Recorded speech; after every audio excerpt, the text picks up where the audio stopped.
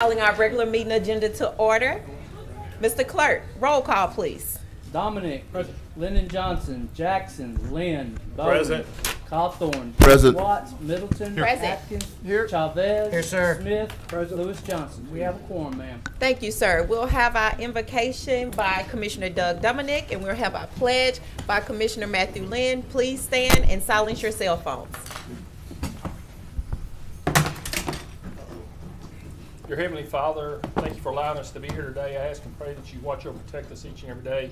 Forgive us our many sins. Be with us as we move forward with the business of the parish. I ask and pray that you be with our citizens, be with our employees, be with everyone in our parish, our state, and our country, and continue to watch over and protect us. In your precious holy name we pray. Amen. Amen. Amen. Everyone please face our flag and say the Pledge of Allegiance along with me. I pledge allegiance to the flag of the United States of America and to the republic for which it stands, one nation, under God, indivisible, with liberty and justice for all.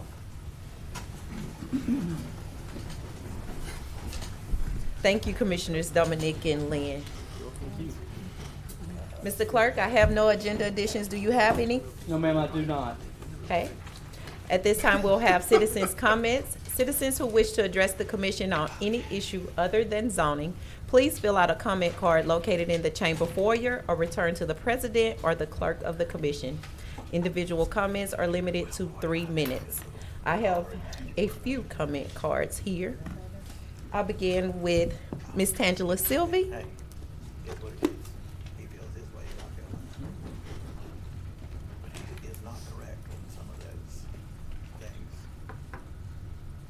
Welcome, Ms. Sylvie. And you're here representing the Fleming Lupus Foundation. Yes, I am. All right, you have 3 minutes to speak. Okay. Go ahead. Hello, how are y'all doing? Hello. Hello. Thank you. Good. I'm Tangela Sylvie. I'm the CEO, founder of the R. Tammy Fleming Lupus Foundation. I'm here to invite you and the public out to the R. Tammy Fleming Walk to End Lupus on May 18th at Columbia Park from 9 to 12. And that's 2900 Crestwell Avenue. This is our 7th year to host the Lupus Walk, and it's just to bring awareness to North Louisiana citizens.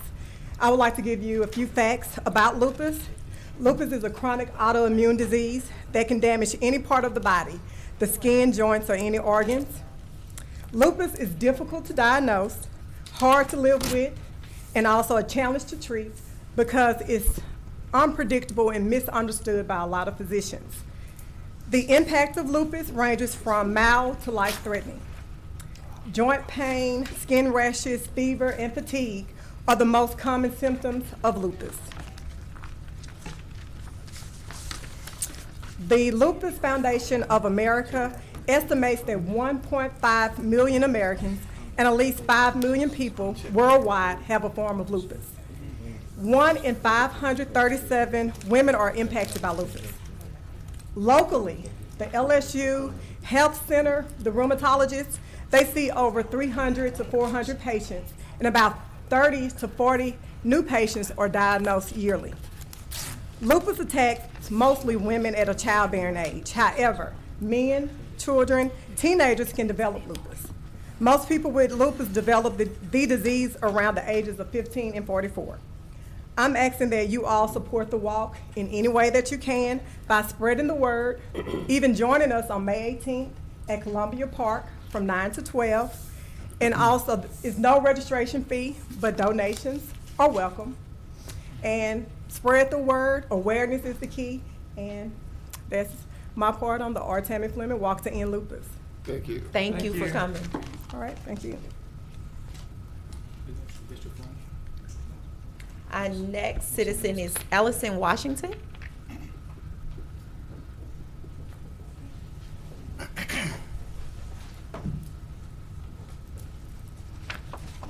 Good afternoon. And good afternoon, Madam President. Good afternoon, Commissioners, and also the residents of Caddo Parish. I am Allison Washington. I'm a resident of Shreveport, Louisiana, and I'm also the organizer for Northern Louisiana Interfaith. We'd like to thank the Caddo Parish Commission today for the opportunity to give the Commission as well as the residents of Caddo Parish a better understanding of Unleash Local. Unleash Local is a coalition of working families, labor groups, community organizations, and local elected officials who are fighting to take back control of worker protection policies.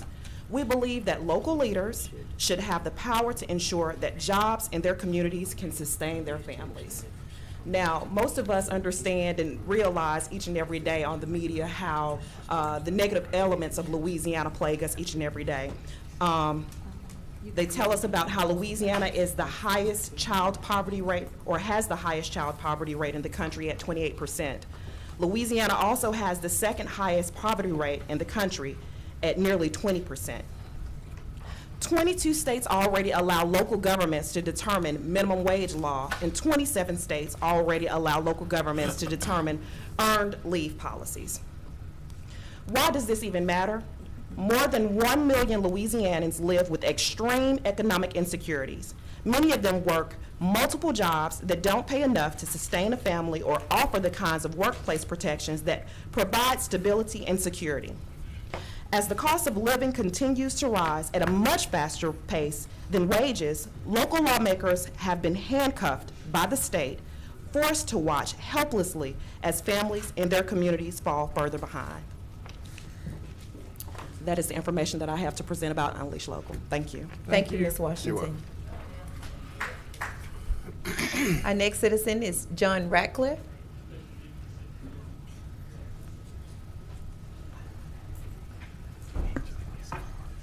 Good afternoon. Good afternoon, sir. As many of you know, I'm a retired attorney who has lived in Shreveport for over 30 years. Although I wasn't born here and didn't grow up here, my father was and did until his father, Harold, died of the Spanish flu when my dad was in junior high school. His father, my grandfather, is buried near the entrance of Greenwood Cemetery on East Stoner Avenue. I would like to thank the commissioners for hearing us speak on behalf of Unleash Caddo Parish, a part of a statewide effort described by Ms. Washington just then called Unleash Local. And it seeks to repeal, as she said, the state government's ban on local and smaller government control of worker protection policy.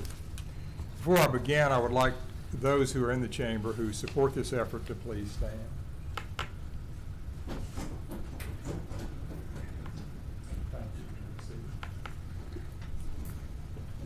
I will be brief.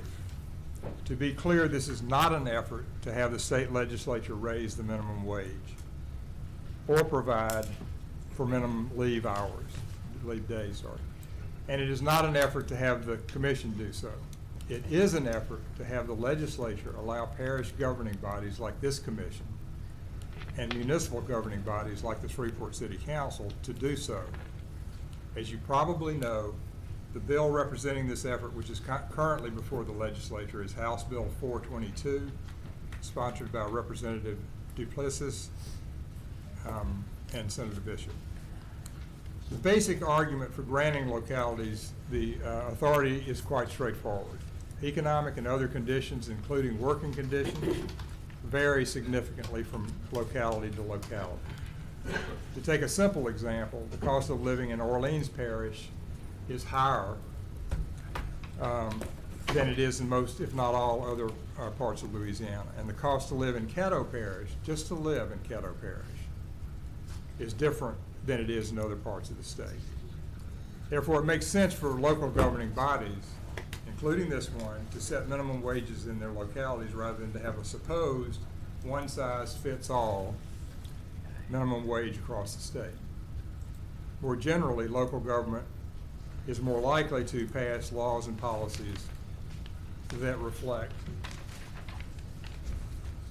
the views, the values, and the needs of the individuals they serve. A concern raised in your work session Tuesday had to do with Caddo Parish's ability to compete with other localities, which might have a lower minimum wage.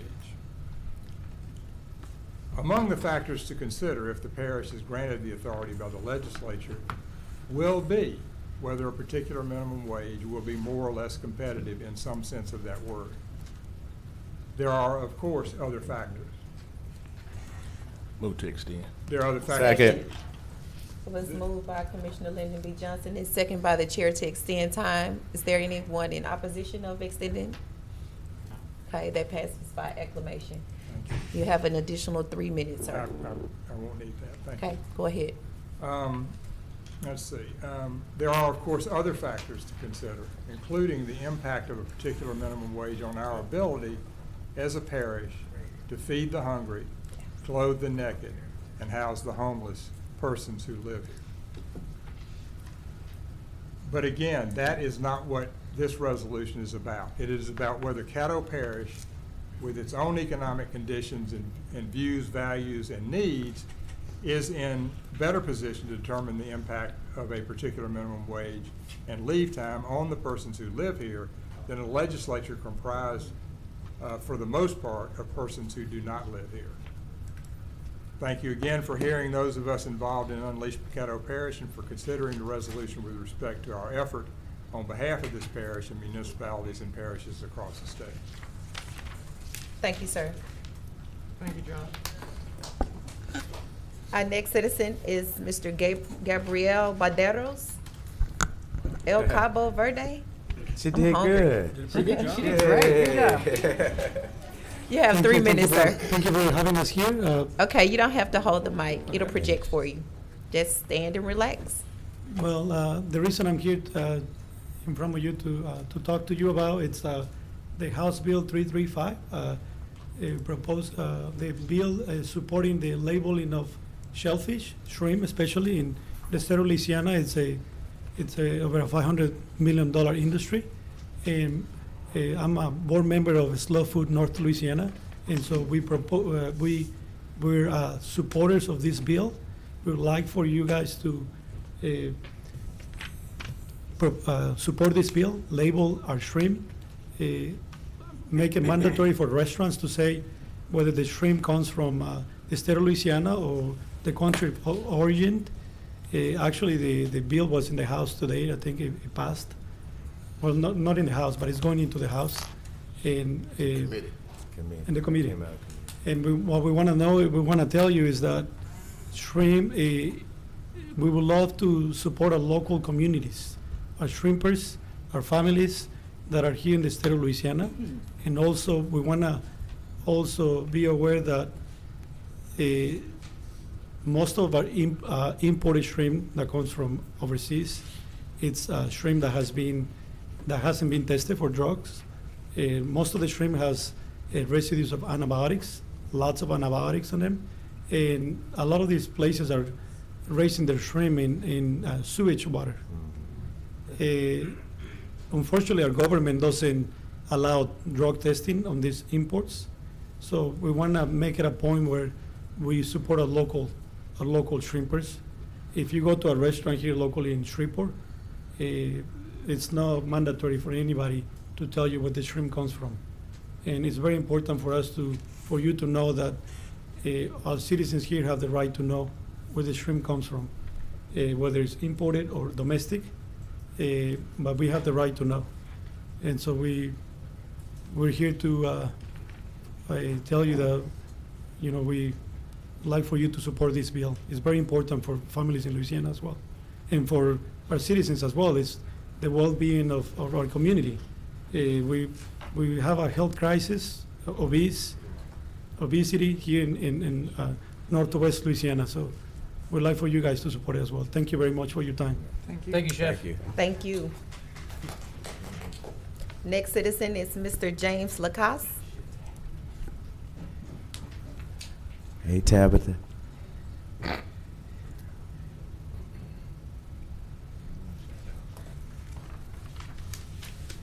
Good afternoon. I'm Good James afternoon. Lacaze, Vivian, Louisiana. I'm Vivian's appointment to Ward 2 Board.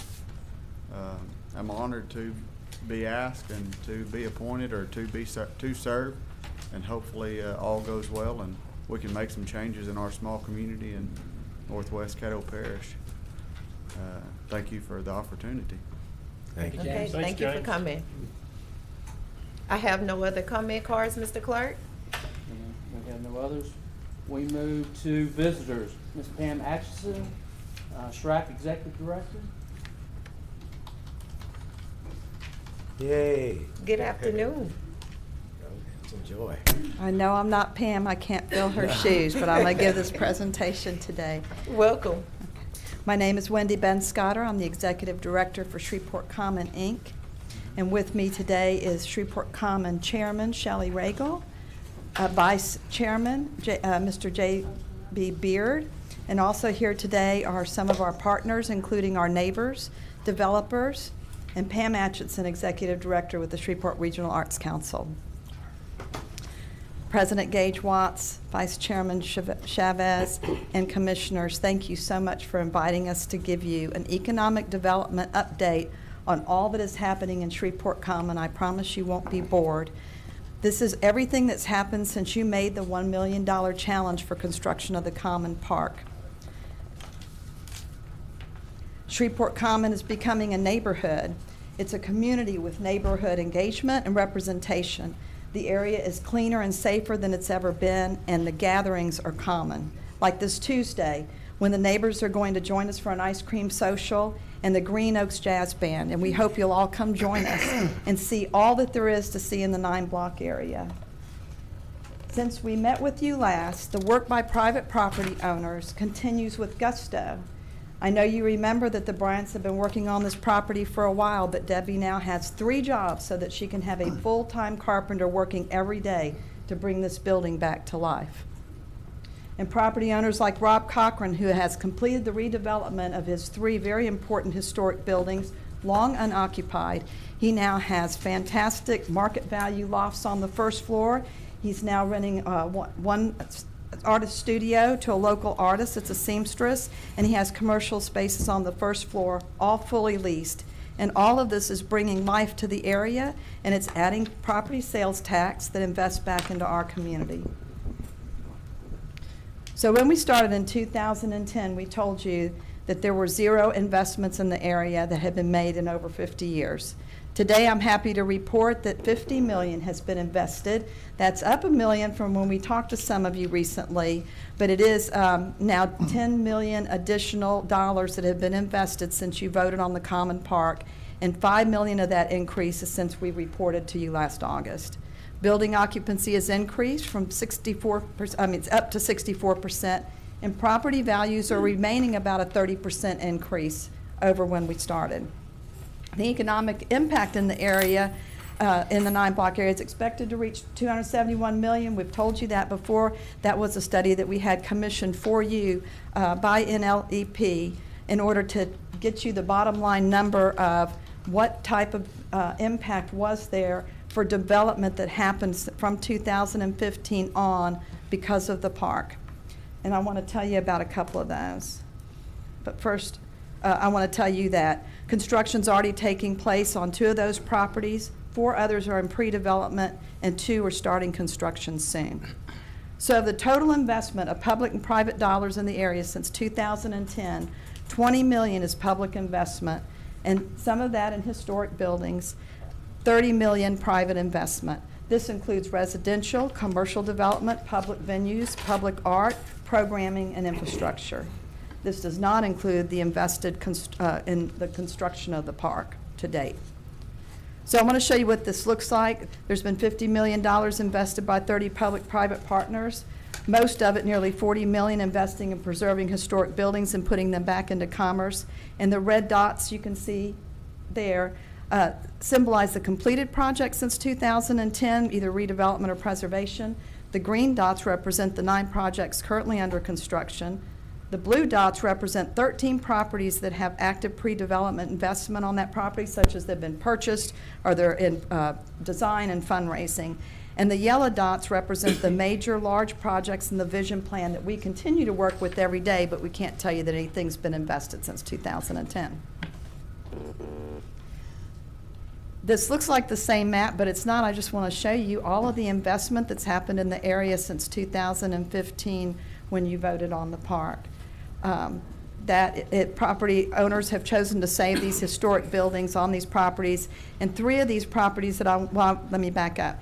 $8.5 million has been invested in Shreveport Common in private property development since 2015. And 3 of those properties have just begun redevelopment, meaning They've just started in the small way of redevelopment, but those 3 projects are going to total $20 million when they're completed. Let me tell you a little bit about what they are.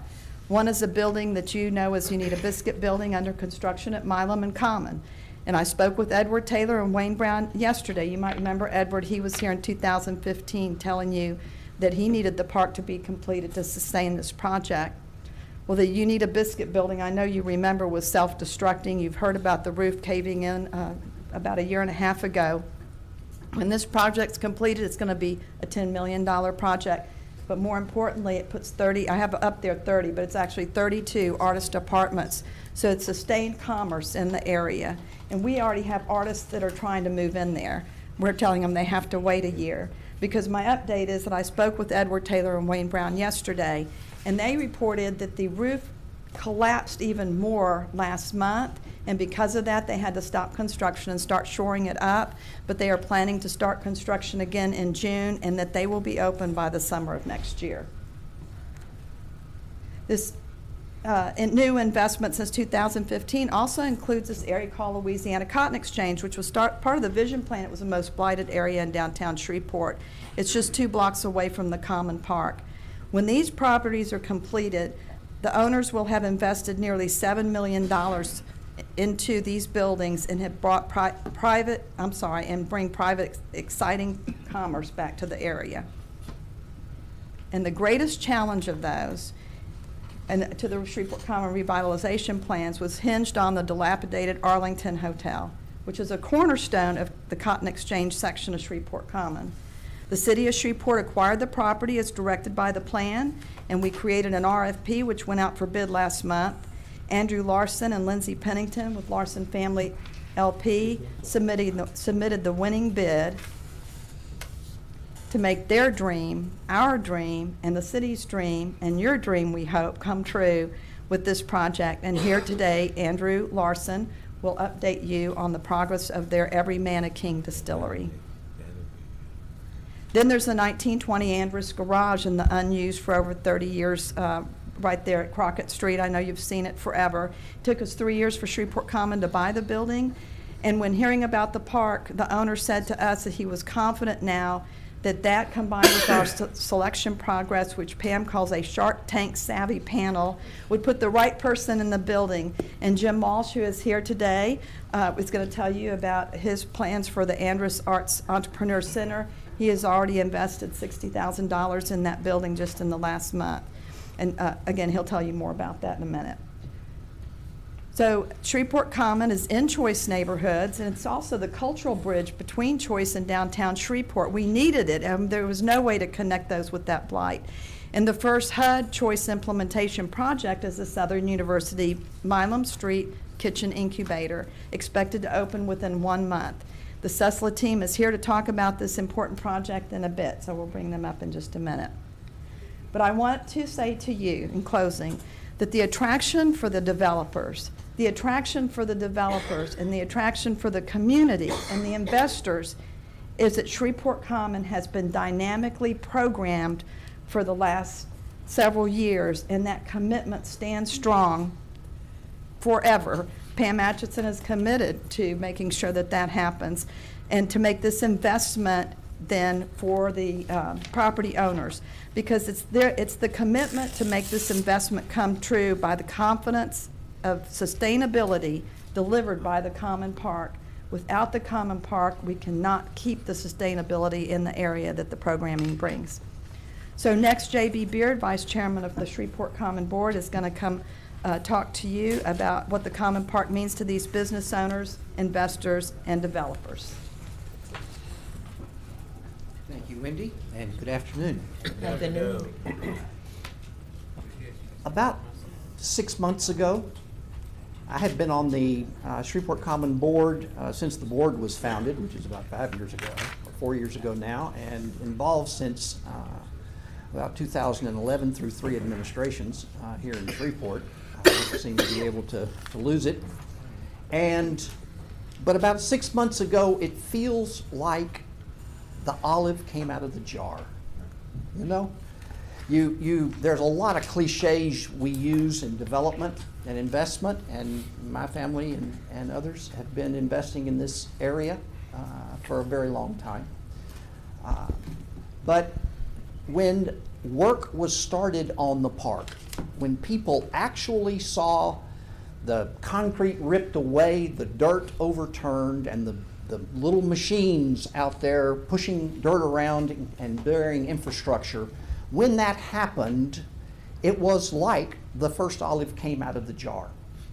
And then when the other projects that are going to speak after me were announced and begun, we came out of the wilderness, and it became clear that this was really going to happen, and we were really going to have a park, and it was going to get programmed in amazing ways. Perhaps you saw the paper this morning describing what's going to be 6 weeks of wonder this fall, centered in the park. And for those who invest in this, it was a promise come true. Lots of times, every time I've ever been involved in development, the story is it's going to cost twice as much and take twice as long. I think that's been true of getting the park off the ground. But if we use the analogy that most startups use, that their business is a hockey stick, right? Goes on like this and then it takes off and goes. We have made the turn in Shreveport Park, in Shreveport Common. And we are starting up the hockey stick, and it is accelerating when you see the amount of money that's being invested. Thank you very much for your challenge back in 2015. We're sorry it's taken twice as long for us to get where we're closing in on meeting that challenge, but we are. And we'll be ready to come talk to you about that in about 6 weeks. And give you the total that we hope we can end up with to meet your challenge. Thank you very much, and keep watching. The things are happening, and they're happening quickly. Thank you.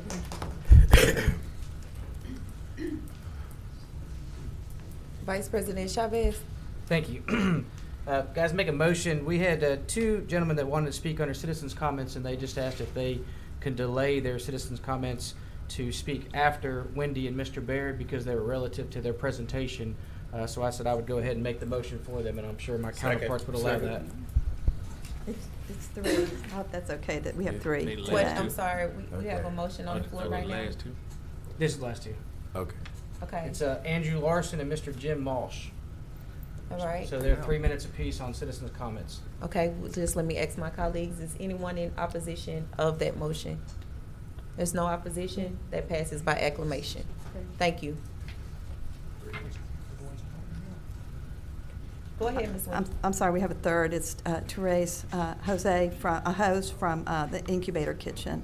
He's going to give a brief report on the successful Incubator Kitchen as well. Would you guys accept a friendly amendment to add an additional 2 minutes? Okay, 2 minutes on the board. 2 minutes on the board. Is it 2 minutes on the board? Dr. Larson's going to speak now. Those are theirs. Let's just move on here. All right, Just let them talk. go ahead. All right. Thank you guys for letting me speak. My wife and I, Lindsay Pennington, are not from here, but we decided to stay a couple years ago. We were very fortunate to be hooked up with Wendy and Pam a little over a year ago, and we were just blown away by their vision and kind of their drive to make this neighborhood what it's going to be. Based largely on their kind of unrelenting nature, I guess, is the best way to put it. They convinced us to continue to move forward, and we are the ones who will be developing the former Arlington Hotel into a thriving entertainment space with office space, a French restaurant, micro distillery. There'll be a speakeasy going down the steps there, and there's actually a jazz club that Brady Blade has signed on to design and work with me on. So we're very excited. Ryan Roberts with Wheelan Construction is my general contractor. I sign off on his subs on the 20th, and you should see demo start this month on that building. I know we cannot do it alone, so I appreciate Wendy and everyone who's here. It'll take a joint effort in the whole neighborhood to get people to go down there more than the first time. So thank you for everything you guys have done to make it happen. Thank you. Thank you. Mr. Larson.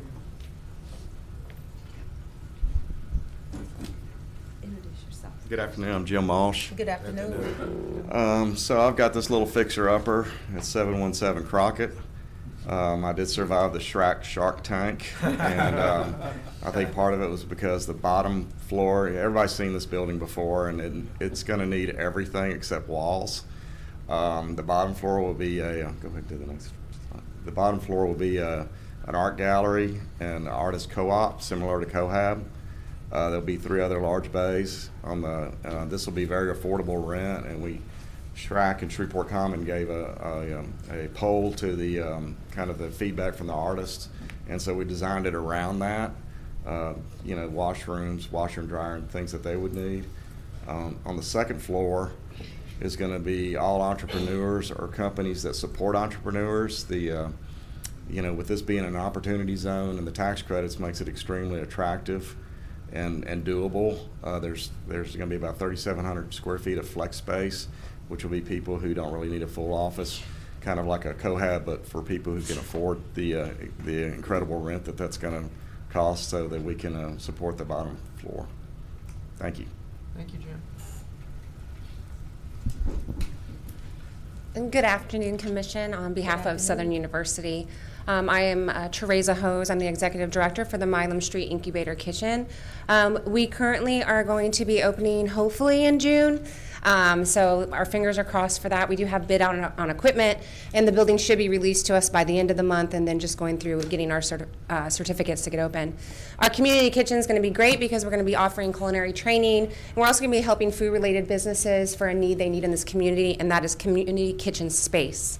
We're also going to be working with the LSU on a medical culinary program and creating a culinary certification program that will take Shreveport chefs and place them into local businesses, restaurants, for example, so that they can earn their own culinary certification. So it not only becomes a job, it becomes a passion and a career. And then that drives our Shreveport partners to stay here and not go to Dallas once they do get that certifications.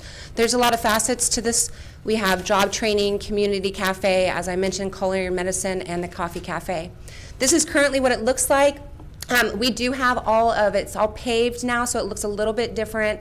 And as I said, the building will be given to us at the end of the month.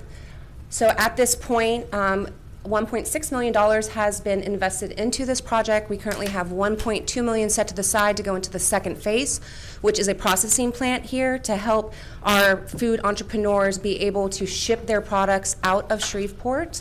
And working and knowing that the Choice Award program, that this is going to be an uprising community, we're very excited to help our food entrepreneurs grow their business here in Shreveport. Thank you for your time. Thank you. Thank you so much for hearing about our partners. Come see us Tuesday night for a little jazz and ice cream, and we'd like to take you on a tour anytime you'd like to come. Thank you. Thank you, Wendy. Thank you, Shrek. See no other commissioners in the queue? Thank you for the presentation from Shrek. Next item, Mr. Clerk. We have no special resolutions. We move to adopt the regular session minutes. Move from to April adopt. 18th. Second. It's moved by Commissioner Lyndon B. Johnson, and that was seconded by Commissioner Doug Dominic. Please vote.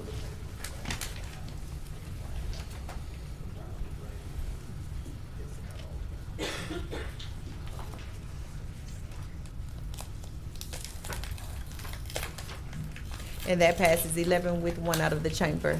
Next item, Mr. Next, Clerk. I move to communications committee report, administration responses to information requests.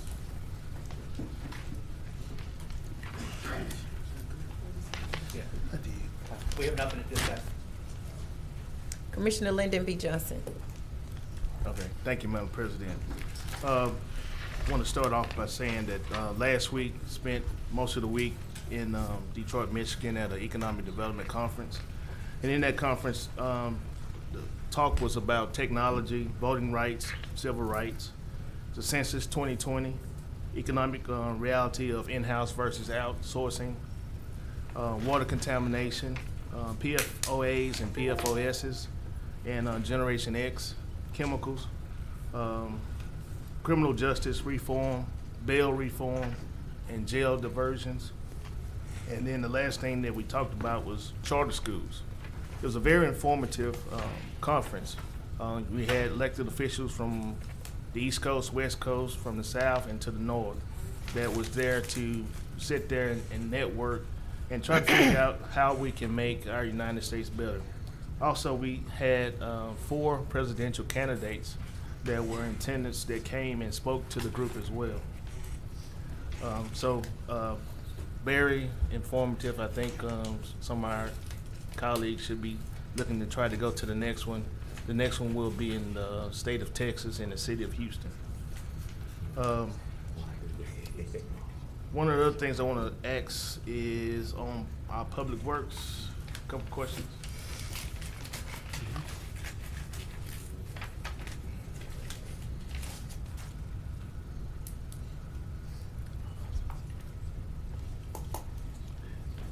Tim, did we ever get the speed limit straightened out on Calumet Drive? We did a traffic study, and I'd need to get with you on that if you want to prepare an ordinance to change it. Okay. But we got that completed this week. All right, I appreciate that. And I think probably a good compromise would be the place where there's no homes, maybe keep that first 3/4 of a mile. Right, and then slow it down when it gets closer to the residential area. Yeah. Okay. One other thing. Coming up now, I know we got a lot of rain the last couple of days, and it's still raining along the I-30 corridor. People gonna need some sandbags. The lake is coming up. 12 Mile Bayou is high. The river is high as well, and we're expecting some more rain the weekend. Do we have plans for we've been sandbags over the weekend, extra hours? Yeah, we've been making sandbags since Tuesday morning, and today we had to go to a second 2 shifts, 2 crews, and I thank to the Caddo Parish Sheriff's Office for supplying us with inmates and security. And we've given out about 6,000 sandbags so far, and we're working a second shift tonight, and we're gonna work till about 10 o'clock, and we will be open Friday and Saturday if needed. Okay, I know that the lake is coming up pretty good. I got a picture today that it came up like 2 feet. Right now, Monday, the city opened all 3 gates on Monday, and they're predicting the lake to go up to like 173, kind of in that area. So they think we're gonna do pretty good on Cross Lake. Well, hopefully, as if 12 Mile Bayou doesn't back it out, and then it's gonna be flooded between Cross Lake and the MLK area. Right. And so then that's gonna create another problem. Russell Road, I know is already flooded. Yeah, Stormy caught on that Tuesday night. Right, so there might be a need to make sure that we can, maybe like we did last time, was transport some sandbags to a general area and then drop them off so that people could be able to get to them. But I'll try to keep you in touch with that if just let me know, and then right now we're like that's why we're going to a shift tonight to try to get a stockpile of more sandbags. Right. Once we stockpile something up and get to that critical need, that we got to get them out to those areas. Yeah, we received about 6 inches of rain in the north part of the parish, which got hit the most, and in the south part of the parish we only got 3 inches. We have like 23 roads that are closed or high water. Right. And we had about 15 trees that we had to remove Tuesday, and then Wednesday, and then we had a train derailment Tuesday night. So right. I know y'all been busy. We've been pretty busy. We still got more water coming down this way. Yes, sir. So just want to make sure we're aware of that.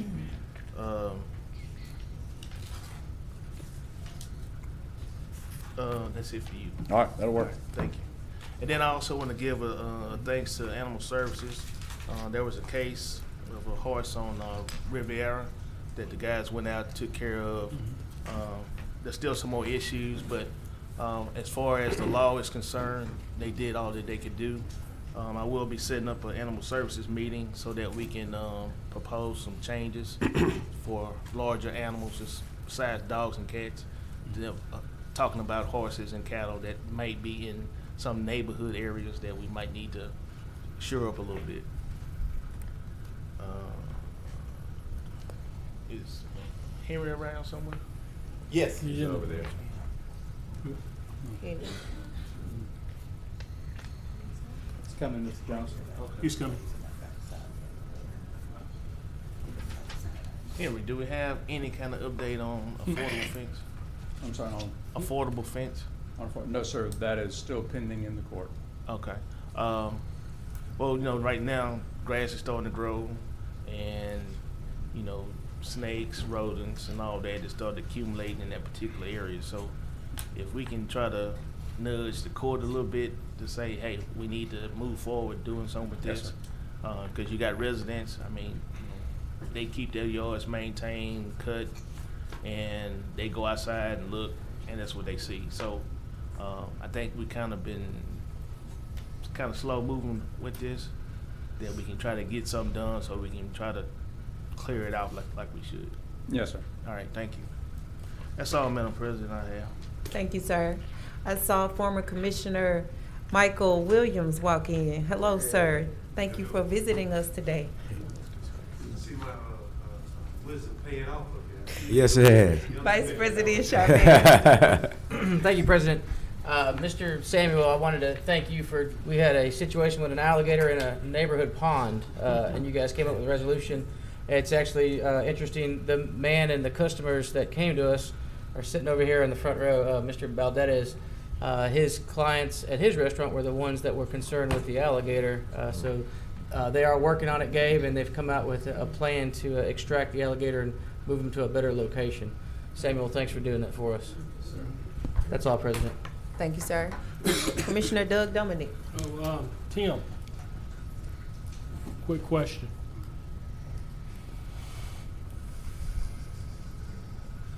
Y'all know better than go back there. Y'all need to start sitting on the front row. Front row. Yes, sir. So the sandbags, where can you pick those up? You can pick the sandbags up in Caddo Parish at 1701 Monty Street, and then the city of Shreveport has bags at their Public Works office. What about up at the North Camp? We've had them up there before. Right now, we don't have them. I mean, we have sand up there in some bags, but right now, there's not really a need all the way in Vivian. So right now, most of the sandbags are coming, you know, with the best close proximity of Monty Street. Okay. I mean, if we see the need, we can trailer some up there. Okay. We have trailered some down to south just because Wallace Lake is predicted to get to about 154, 155. You hadn't had a lot of calls up there with all the rain or anything for sandbags? Now, mainly just like near Haygood Road is Okay. that area. Yeah. All right. Thank you. Yep. All right. Stay close. These former presidents are all on the president's report. You finished, Commissioner Dominic? Yes, ma'am. All Thank right. you. Commissioner Matthew Lynn. Mr. Weaver, That's all. Stay close. She told you. you said that the lake was going to get up to approximately 173 feet. Yes, sir. At its max, what was that, 2016? How high did it get up so we can use that as a reference? I mean, I don't know off the top of my head on Will that. you get that information Yes, I will. and email that to me, please? Yep. And the rest of the commission might want to know. 75. 177. It was 177? About 177, in that range. Okay. Thank you. That helps as I far saw as it every people day. that live on the lake having a reference as far as how. Yeah, right now it's how like high it is. 172, so it's probably gonna go up another foot right now. Is what It's that's. at 172 now? Yes, sir. So, Thank you. That's all, Madam President. Actually, I would like to add one thing. I sent Attorney Frazier a note earlier today and CC'd a few of y'all on that in reference to dollar stores, I guess, restricting the profitability for real grocery stores operating in food deserts. And several counties across the United States and now New Orleans is looking at restricting the amount of Family Dollar type stores that can go in certain neighborhoods, so that stores that sell fresh produce will be able to operate in a profit margin, so that everybody will have the option to have food that is healthy and nourishing to your body, not just processed food. And anyway, thank you, Attorney Frazier, for sending me that information back so promptly. and for Attorney Jackson, Commissioner Jackson for your input on that. You've added a lot to the commission. Thank you for being here. That's all. Thank you, Madam President. Thank you, sir. Commissioner John Atkins. Thank you, Madam President. Mr. Weaver, I'm trying to get your exercise today. Yep, I need it. Do you have any concerns about Wallace Lake? Yes, right now we're sitting at like 148, but we got down in that area we got about 3 to 4 inches of rain, thank goodness. But one thing, the lake was on the downslope, and so it took like several 12 hours for it to start rising. But we're predicting like 154.5, but we have probably about a dozen roads with the signage already ready to put out, and hopefully it's going to probably happen in the morning. We can close all the roads around your area. You think Southern Linwood down there at Yes, Southern Loop will be closed? Most definitely, yes. Okay. Yep.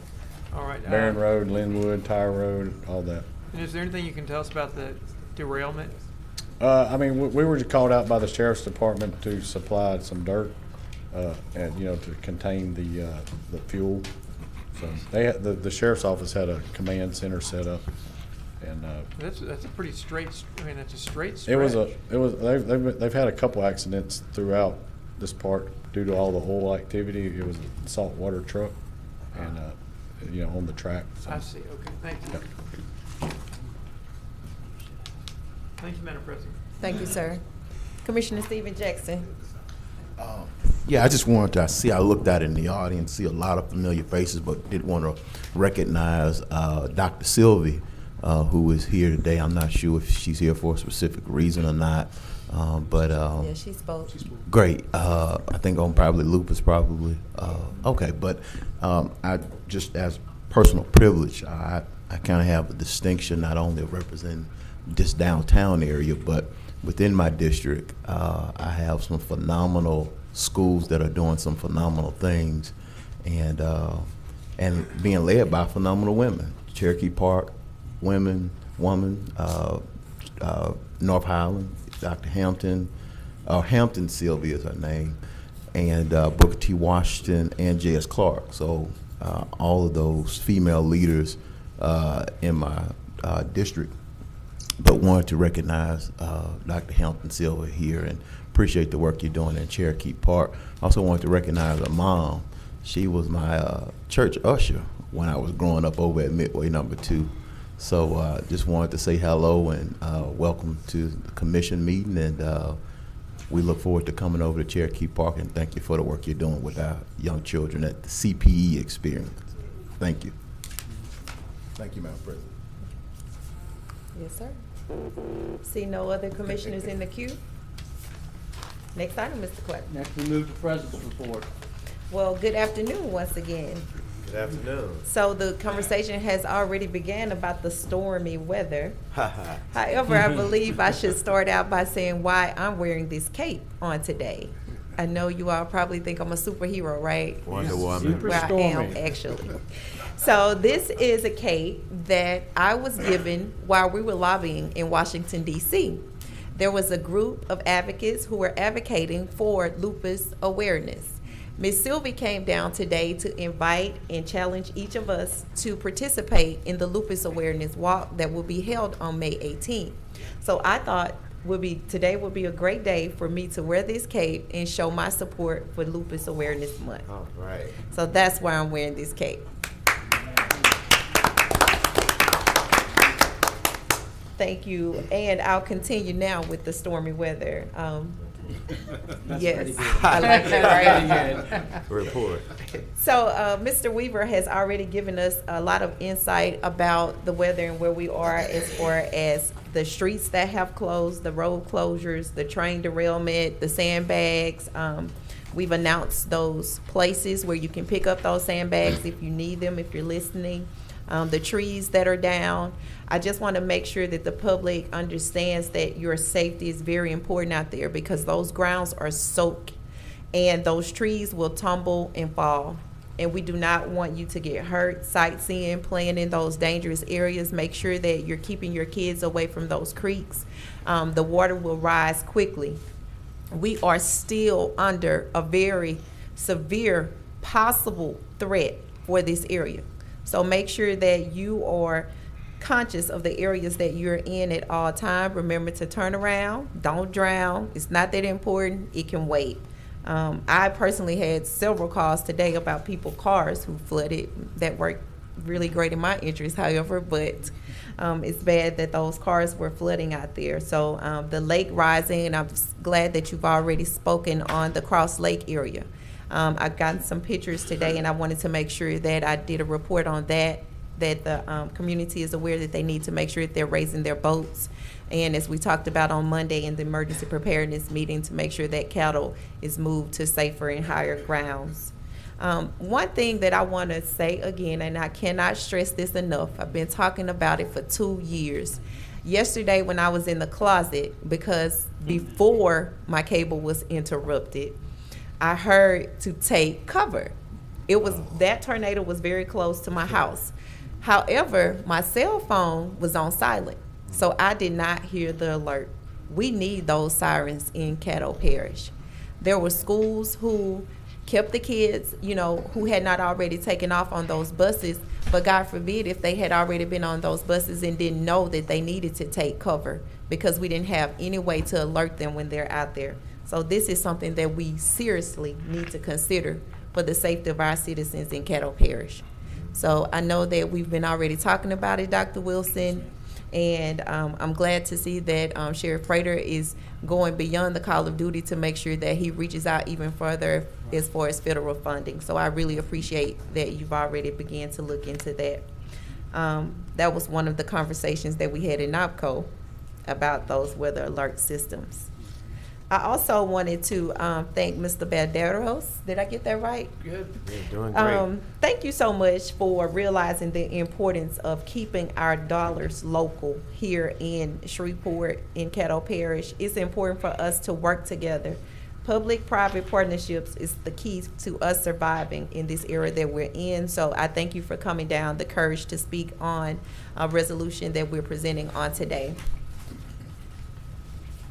There's one other thing that I want to remind you about the weathers, and I think that we already had this discussion as well. Alligators, snakes, all of those unwanted things will also be seeking higher grounds. So make sure that you pay attention to those rodents and all of those things as well. Rats. Just want you all to remain safe out there. I want to give a kudos to those who came down about Unleash Louisiana. I want to thank you for your courage to advocate for the local opportunity to keep those wages at a local opportunity rate. I want to also remind you all about the Veterans Memorial Program that will be held at Bill Cockrell Community Center on Friday, May 24th at 11 a.m. If you are interested in participating or you would like for your loved one's name to be recognized, please contact Ken Epperson Sr. at 318-773-2654. Dr. Wilson, did we get any response yet, or have you gotten a chance to reach out to Comcast? We asked them to come to the meeting. Okay. So we'll have them to come down, but just in case you're listening, there is a program that Comcast has that was promoted highly at the NOPCO Economic Development Conference. The Internet Essentials from Comcast is a $9.95 per month plus tax, no contract, no credit check, no installation fee. However, there are some eligibility requirements, but if you will call 1-800-1855-8-INTERNET, you can get that information. This is for affordable, high-speed internet for citizens throughout the United States, and it's available to you, but only if you call that number. There will be a health and wellness information fair that is being sponsored by Juvenile Services for Caddo Parish on June 8, 2019. We still have a little bit more time to find out some more information about it. Larry Towner at 318-230-2936 can be contacted for more information.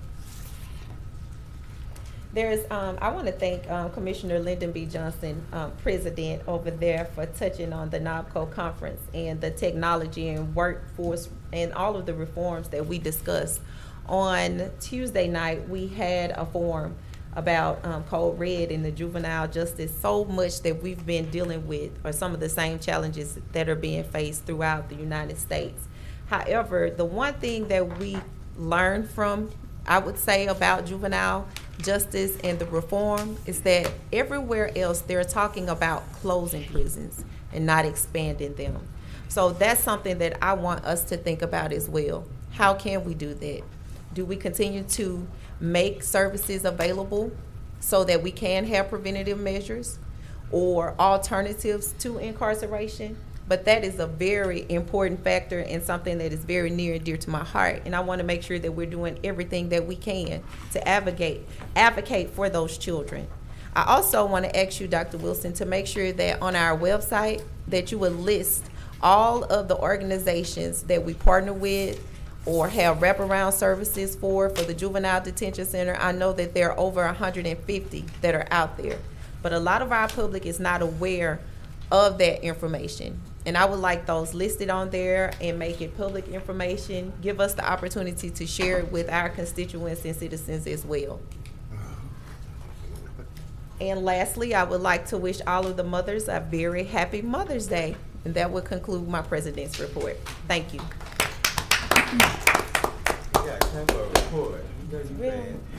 Thanks. Next, we move to public hearing on zoning ordinances and cases.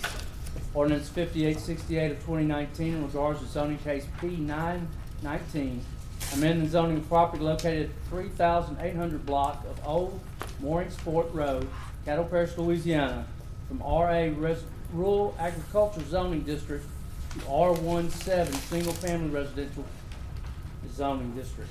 Okay. Is there anyone here to speak in favor of ordinance number 5868? Is there anyone here to speak against ordinance number 5868? I see no one. I declare this public hearing for ordinance number 5868 closed. That closes public hearing on zoning ordinances. We move to public hearing on regular ordinances. Ordinance number 5869 of 2019, amend the budget of estimate revenues and expenditures for the general fund and the capital outlay fund in the amount of $100,000 to provide an appropriation for a law school feasibility study. Okay. Is there anyone here to speak in favor of ordinance number 5869? Is there anyone here to speak against ordinance number 5869? I see none. I declare this public hearing on ordinance number 5869 closed. Next, we move to ordinance number 5871 of 2019 to amend ordinance numbers 5754, 5755, 5757, 5758, 5766, 5783, 5784, 5790, 5799, 5825, 5826, 5827, 5839, 5853, 5856, 5857, and 5861 relative to zoning matters and the Unified Development Code by amending the reference to Uniform Development Code to read Unified Development Code, whereas it appears and otherwise provide respect thereto. Okay, is there anyone here to speak in favor of ordinance number 5871? Is there anyone here to speak against ordinance number 5871? I see none. I declare this public hearing on ordinance number 5871 closed. Ordinance number 5872 of 2019 to deem property surplus and authorize the sale of surplus property owned by the Parish of Caddo. Okay, is there anyone here to speak in favor of ordinance number 5872? Is there anyone here to speak against ordinance number 5872? I see none. I declare this public hearing on ordinance number 5872 closed. Ordinance number 5873 of 2019 to deem property surplus and authorize the sale of surplus property owned by the Parish of Caddo. Okay, is there anyone here to speak in favor of ordinance number 5873? Is there anyone here to speak against ordinance number 5873? I see none. I declare this public hearing on ordinance number 5873 closed. Ordinance number 5874 of 2019 to amend volume 2 of the Code of Ordinances of the Parish of Caddo as amended, the Caddo Parish Unified Development Code by amending section 15.1 code text amendment regarding the amendment process, by amending section 16.2 zoning map amendment regarding the amendment process, by amending section 16.5 administrative exception to zoning regarding process and standards, by amending section 16.6 site plan regarding process and standards, by amending article 16 zoning application approval processes to enact section 16.11 certificate of occupancy. Okay, is there anyone here to speak in favor of ordinance number 5874? Is there anyone here to speak against ordinance number 5874? I see none. I declare ordinance number 5874 closed. That closes public hearings on ordinances. We move to zoning ordinance for final passage. Zoning ordinance 5868 of 2019 in regards to zoning case P919. Move to adopt. Second. Okay, that was moved by Commissioner Lyndon B. Johnson, and that was seconded by Commissioner Doug Dominic. I see Commissioner Matthew Lynn on the board. Motion to in globo and adopt ordinance 5868, 5869, 5871, 5872, 5873, 5874. Second.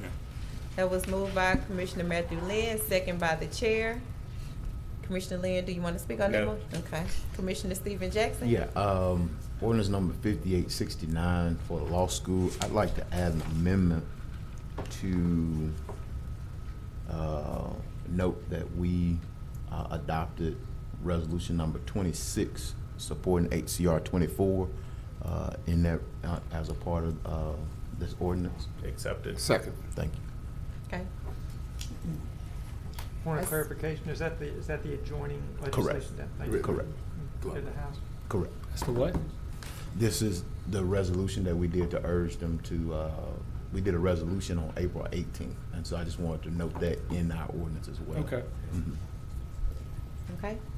I see no further discussion. Please vote.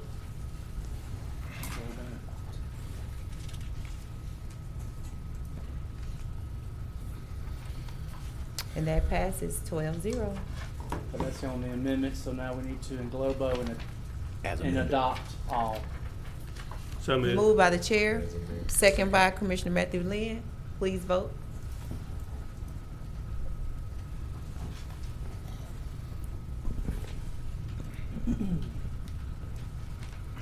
Okay, that passes unanimously. Next, we move to ordinances for introduction by title. Ordinance number 5875 of 2019, set the general purpose millages and special purpose millages, and instruct the tax assessor to include said millages on the tax roll of the Parish of Caddo for 2019.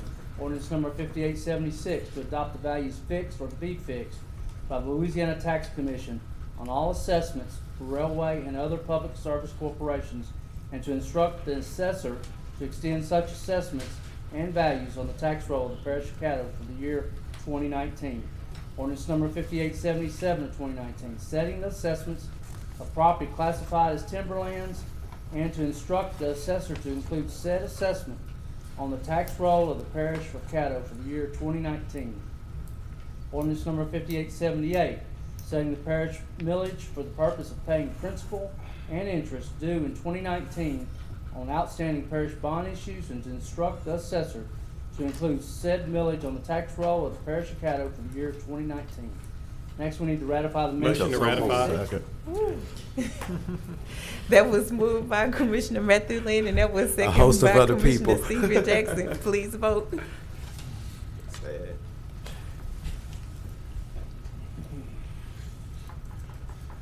Okay, that passes. Next item, Mr. Clerk. Resolution number 30, we move to resolutions. Resolution 31, to authorize acceptance of the Louisiana Compliance Questionnaire. So moved. Second. Okay, that was moved by Commissioner Doug Dominic, and that was seconded by Commissioner Stephen Jackson. Stephen Jackson, you on the board? Yes, I'd like to global and adopt resolution number 31, resolution number 32, resolution number 34, resolution number 36, and resolution number 37, resolution number 38, resolution number 39. Second. Not resolution number 33? I'm gonna do John a favor. Thank you, sir. Okay. You may want to leave 35 out of there too. You did? I did. Oh, okay. Can you repeat which ones it is? Resolutions number 31, resolution number 32, resolution number 34, resolutions number 36, 37, 38, and 39. Second. And Matthew second. Yeah. Your efficiency is spectacular. All right, it was moved by Commissioner Stephen Jackson, and that was seconded by Commissioner Matthew Lynn. See no further discussion, please vote.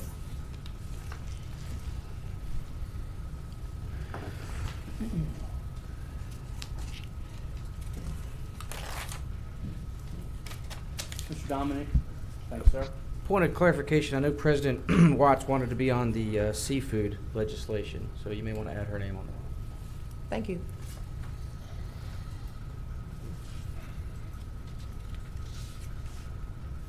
Okay, and that passes. Next item, Mr. Clerk. Okay, that gives us resolution number 33 of 2019, urging the Louisiana So State move for Legislature adoption. to repeal. Okay, that was moved by Commissioner Stephen Jackson, and that was seconded by Commissioner Lyndon B. Johnson. Commissioner Jackson, would you like to speak on your motion? No, I would not. Okay, Vice President Chavez. Thank you, President.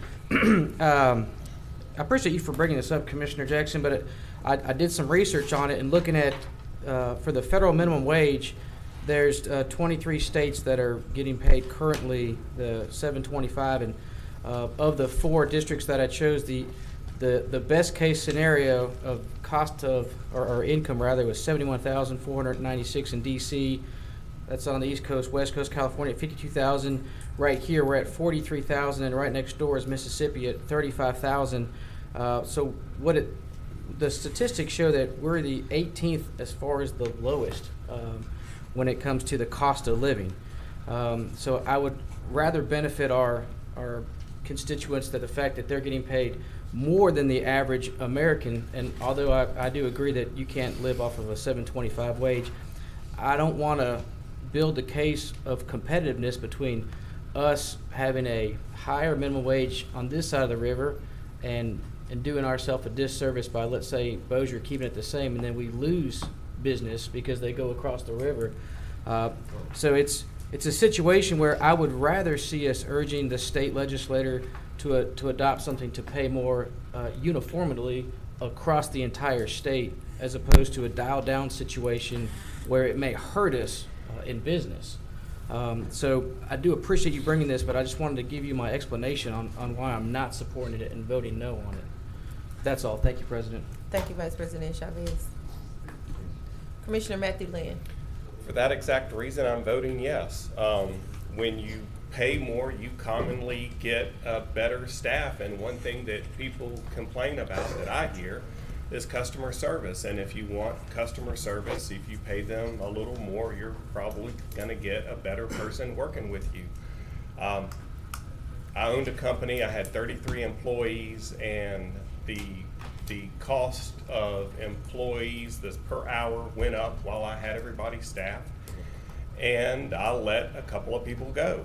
And when I let a couple of people go, I said, okay, well, the 31 of us are going to have to tighten up. We're going to have to do a little bit more work, a little bit better. I cut the 2 weakest links, and the 31 of us all did much better. The other 2 got a job somewhere else, and my payroll technically for the company went down. The service got better, and everybody that worked with me made more. And so companies can make adjustments to pay people more money. And though I really puckered up when it happened, ultimately the results were positive for the company that I ran. Thank you, Madam President. That's everything. Thank you, sir. Commissioner Lynn Carthorne. Yes, I just want to get a clarification from Commissioner Chavez as it relates to his analogy of losing employees to Bossier if the minimum wage goes up. And then the second part was being competitive with other cities in the Louisiana. Yes, sir. So were you suggesting that urging the state legislature to do a minimum wage, for an example, $11 for everybody in the state of Louisiana? Absolutely, absolutely. If we could adopt something better for the entirety as opposed to, for instance, as a business owner, you go the least of path of resistance for success. So if I'm in Shreveport and I see the taxes are burdensome and I'm forced to pay more, and I can just move 2 miles down the road and achieve a lower tax rate and decrease my payroll, I would do that, absolutely. And that's what a lot of people are doing right now and jumping ship from Louisiana and going to Texas. If you look over there, and people, the pay over there is a lot more, but it's not because it's legislated. It's because they have more of a population, so they have more people per capita that can now work and or buy. So more people are moving over there and enjoying the riches of a more fruitful environment, where here, I only feel that if we put further restrictions on local businesses, it's going to hamper them from growing and thus just make the situation even worse. Okay. Well, I understand your analogy to Texas. Texas has a more robust economy than the state of Louisiana. Where I disagree in terms of doing something across the board in the state of Louisiana. Louisiana is essentially a patchwork kind of state. You know, what's Jermaine happened in New Orleans, Baton Rouge may not be the same thing that's happened in Shreveport. And even to that extent, Shreveport and Bossier. I understand the business theory that when you raise the minimum wage, it encourages businesses to move other places where the minimum wage is less. But for companies that are enterprises that look to be somewhere for an attractive period of time and keeping and retaining employees, I think it does just the reverse. So I'm not in agreement with doing something patchwork across the state of Louisiana, but something that's more germane to the city of Shreveport in its own set of particular challenges. Thank you, Madam President. Thank you, sir. Commissioner Stephen Jackson. Yes, Madam President, I'd like to make an amendment to add that this be sent to our Northwest Louisiana legislative delegation. I don't see that on the resolution. I'll second that. Thank you. And I hadn't spoken, so Okay. I can speak at this time.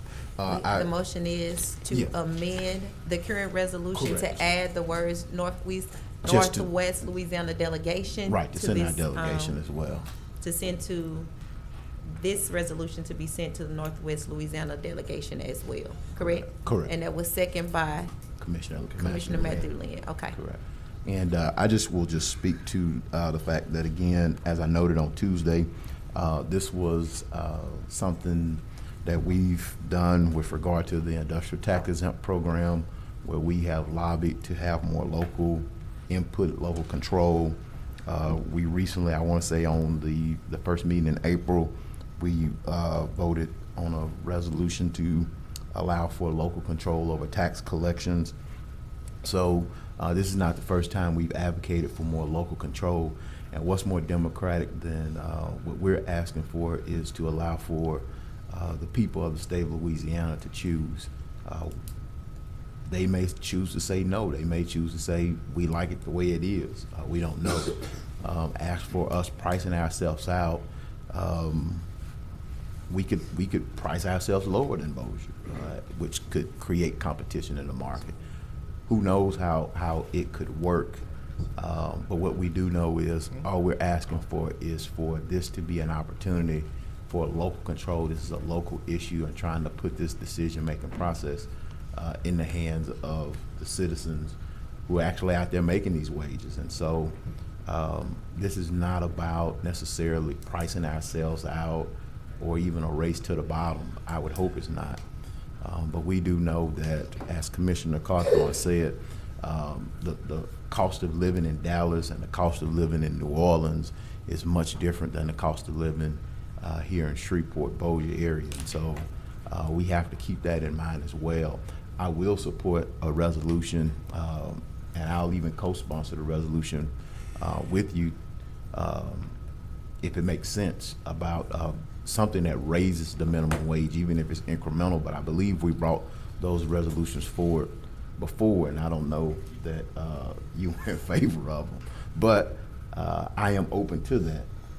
I'm open to doing anything other than what we have at this time. Right now, we do not have a minimum wage established because we just adopt what the federal minimum wage is. And so Louisiana doesn't even have a minimum wage. And what we have right now is we have a state law that preempts and prohibits us from setting a local minimum wage, and that's what this addresses. And so we just want to make sure we keep the issues where they are and kind of stay on track on that particular point. And again, I'll support the legislation if you bring it forward. Thank you.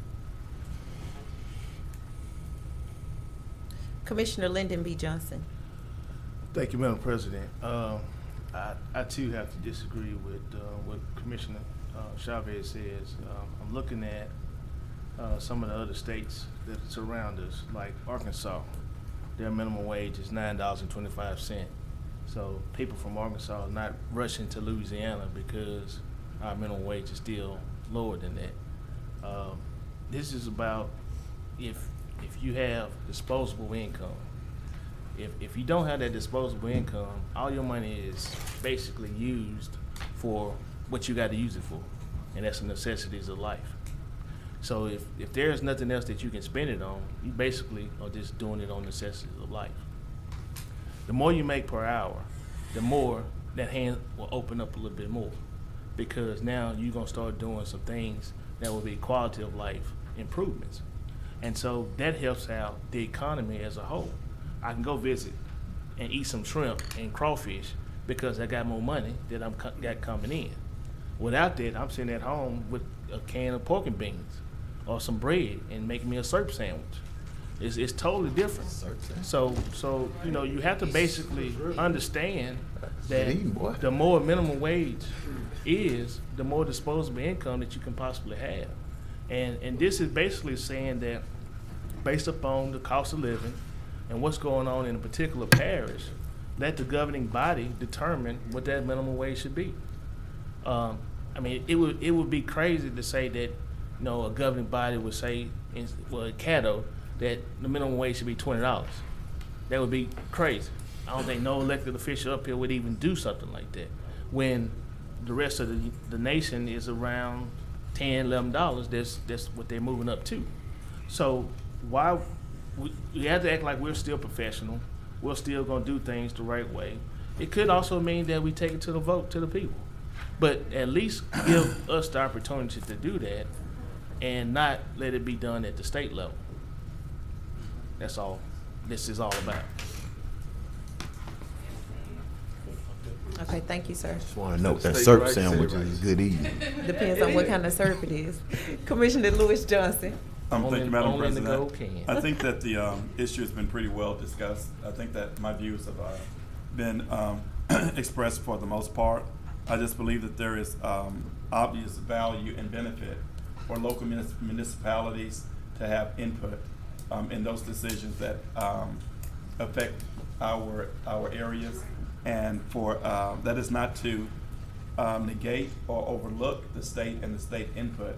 But if we were to allow, if we continue with the state, then that means that we would have no input at all. I just think that our area is better served when our local governing bodies have some input for that reason. Though I do appreciate what you're saying, and I wasn't very clear on how the burden is any greater, whether it is imposed by the state or at the local level.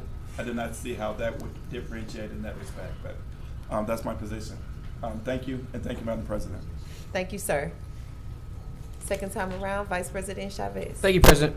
Commissioner LBJ, you brought up a good point. I actually sat down with the gentleman that owns all the Popeyes in the state of Arkansas and in Louisiana, and after Arkansas's minimum wage increased to $9.25, he increased the price of his bucket of chicken by $5. And he did say that a lot of people were very disgruntled with that, but he said, listen, if I'm going to pay my employees more per hour, I have to raise my prices.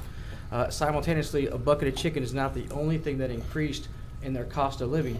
Everything across the board did. So although, yes, they did achieve a $2 raise, their entire cost of living got deducted by about 20% by all the goods and services that they purchased. So in that manner, that's the reason why. It's all about the open capital market and allowing the business owners and the consumers to dictate the cost. Now, I agree with you, $7.25 is hard to live off of, but it's a starting point. I started as a busboy working at Applebee's for 3 years, and that's what I made. And of course, now I don't work there anymore, but you have to graduate on your way up. Now, of course, we're not going to sit here and talk about this all day long, but Lewis, just to answer your point, The reason I would rather see it on a blanket state level as opposed to a hyper-local area where if I'm right down the street, like right across the river, and I can decrease my tax exposure by 10% or $2, as a business owner, I'm going to achieve whichever is best for my business. So if we're sitting in a situation where I only have to move my business, or I'm sitting here looking to expand, and I can either go on this side of the river or that, I'm probably going to pick the lesser or the cheaper cost. So when it's within the entire state of Louisiana, I'm not going to uproot my entire family and move my operation out of here. But we do see that with big businesses, i.e. General Motors. They took a hike because they said, hey, we have better opportunity in Houston, Texas, and they have the means and the resources to do that. I, unfortunately, in my small business, do not. So I'm going to stay as hyper-local as I can with the least amount of tax burden. So I would hate to see a lot of other businesses like myself that are small that say, hey, we can maybe go down the street to DeSoto and achieve a lower tax rate and do that. So I think it would be more fair for the entirety of Louisiana to have an even playing field for our smaller businesses, and thus also we don't run into the situation like Arkansas has, where all the citizens are now incurring a 20% raise in their goods and service purchases just because they believe that they've achieved a $2 an hour minimum wage increase, which obviously they haven't because their cost of living has gone up. So I know we can sit here and talk about this all day long, but I agree with you on that, and I think you and I should sit down and look at something like that from a state level. That's all, President. Thank you, guys. Thank you. Commissioner John Atkins. Thank you, Madam President. Well, I was aspiring to stay out of this argument because one of my colleagues up here said, John, you don't need to fight about everything. So I was trying to just keep it to myself. You did but well. then I saw Commissioner Chavez taking the heat of the battle there, so I thought I should He's jumping in the ring. Just one of your colleagues said that? So I'll try to tie Commissioner Chavez's chicken analogy in with Commissioner Lynn's employee analogy, and point out that when chicken price goes up, you're going to buy less chicken. It's supply and demand 101. Price goes up, demand goes down. You saw it when Commissioner Lynn had his restaurant. When the price of his employees went up, he let two go. Right. So, it's true that it's tough to make it on today's minimum wage. But if you increase the price of minimum wage, then you're going to see unemployment increase. So everything's a trade-off. And, you've got to take the good with the bad here.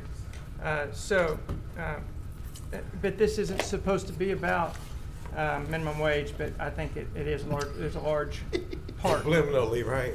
We've been woven in here. Thank you very much, Madam President. Thank you, sir. Commissioner Lyndon B. Johnson. Oh, he's already spoke. Okay. Commissioner Doug Dominic, get back on the board. Calling for the question on all issues. Okay. Okay, the question has been called by Commissioner Doug Dominic, and that was second by Commissioner Mike Middleton. Okay. Please vote, calling on the question.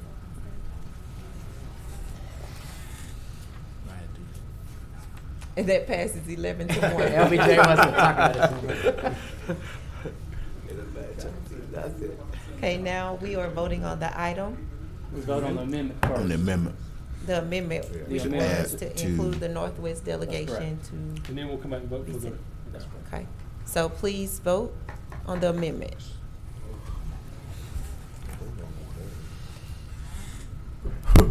It's crazy. And that passes 10-2. Okay, now we're actually voting on. We're voting on Resolution 33. Yes. As amended. Maybe For remix the adoption. rule. I'm gonna start telling people about this.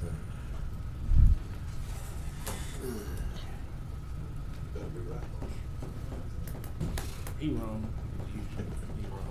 Mr. Bowman? Mm-hmm. Just want to make sure y'all remember that song. Sometimes you just got to get the word out. And that passes 7-5. Next, we move to resolution number 35, urging and requesting the President of the United States to not adopt an immigration policy which would result in the separation of children from their parents. Motion to approve. Second. Okay. It was moved by Commissioner Matthew Lynn and second by the chair. Vice President Chavez. Thank you, President. Whereas I don't want to move families away from their children.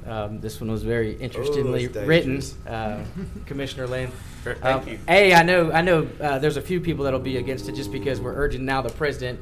I'm cool with doing it for the state legislator because obviously we represent a lot of people up here, but now we're getting to the point where we're really getting into the business. Right, forget the state legislature. We're going straight to the president. But there's so much stuff going on with this immigration. I don't even know if we want to go around this horseshoe and go back and forth with this. And as the Latino of the group, I can speak out about this one. Better save 'em.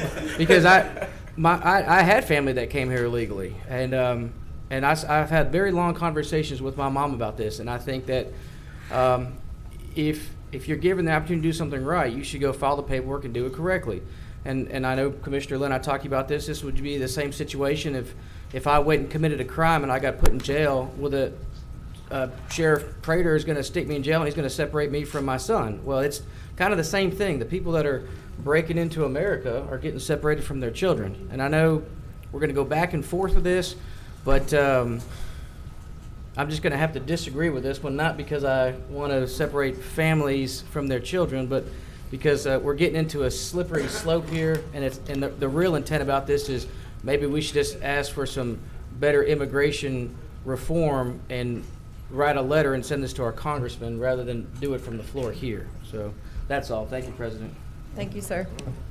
Commissioner Mike Middleton. Thank you. I agree that Congress is the one that needs to get this letter because if Congress would do something about it, there's a report that was finalized on April 16, 2019. It's the final emergency interim report, CBP Families and Children Care Panel. And it gives some very explicit things, what needs to be done by Congress. The President of the United States is following the law the same way the last two administrations followed the law too. The detention of these kids, a lot of them are being used for trafficking. They're helping people to get into this country, and then they go back and they do it again. So it's to help people get into this country, and they're using these kids like pawns. And there's the cartels and all are making millions of dollars off of this project, and a lot of people are being killed and hurt on the way. So it's encouraging people to come on up no matter what. It doesn't matter about the potential for rape and extortion and things that are going on. So I'd like for you to at least look at this report that's sitting out there and delay your vote until you read this report. There's a lot of stuff already being done by this administration, and they're trying to remedy that situation. But when kids are being used as pawns just to get other people in, and then they go back, and then that enhances or increases their chance of something happening to them on that trip again. So that's it. Thank you. So were you saying that you wanted to make an amendment? No, he said it. Okay. I thought I heard I think he said delay, but I thought he was adding it. Commissioner Doug Dominic. Yeah, I started to make a substitute motion on this to request that Commissioner Lynn deliver this to the president, but I would be happy to do that on the Oh, we won't commission. never see him return. Absolutely. Thank you very much. Yeah. Please We won't do. make it back. But I agree with I've what been there before. I agree with what Commissioner Chavez and Middleton said. If you'll notice today at their meeting that the two items that have been controversial, that's taking up the large part of this horseshoe time, has to do with two issues that we have no control over whatsoever, other than sending it to the Louisiana legislature or sending it to the president. We're sitting here spending our times on things, in my opinion, that we really don't need to be getting involved in. And I'm going to give you a little bit of my soapbox. Parish roads, streets, drainage, animal control issues, economic development, our grounds, our parks, our recreations. Those are our core things, and those are the things that we need to be involved in. We've said this over and over and again, and other commissioners have said the same thing. And I understand that there's certain times, certain levels that you may send something to the legislators, or but getting out to sending something to the president on something like this, I just don't think it's something we need to get involved in. Commissioner Chavez said something very, very makes best sense. If you have an issue with this, take you a piece of paper and put your name on it and send it to your congressman, send it to the president himself, and send it certified mail. I don't know, if you want to go up to Washington, D.C. and hand deliver it to Donald Trump, President Trump, if you wish to, then do that. But I just don't think we as a commission body need to be passing things urging our president what to do. Vote against him next time if that's what you want to do. I just, it just baffles me that we're spending 20 minutes on the other issue concerning something to the legislators and 15 or 20 minutes on this when we already did it Monday. By goodness, we know how we're going to vote. Let's just vote. And that's what I'm about. That's all I got to say. Thank you, Commissioner.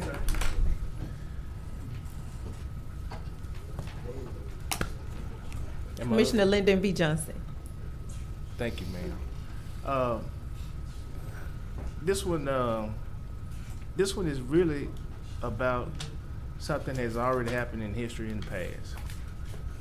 While I was in Detroit, went to the African American Museum, and same thing happened. Kids were separated from their parents when they traveled over from Africa. You had the Haitians when I was growing up. The Haitians were separated, the kids from their parents. Also saw when I was in Detroit, Canada was right up on the other side of the body of water. There was no wall. Nobody was trying to sneak into the United States, or nobody was trying to break into it, as one commissioner said. United States has always been the melting pot for the world.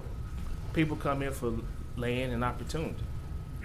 But here lately, it's land and opportunity for certain people, but not for everybody. And I don't know when that changed. I don't remember a constitutional change that made that happen that way, that says it's only for a certain few, but not for all. But, anytime that you separate a child from their parent, you're disrupting that whole cycle of race. Now,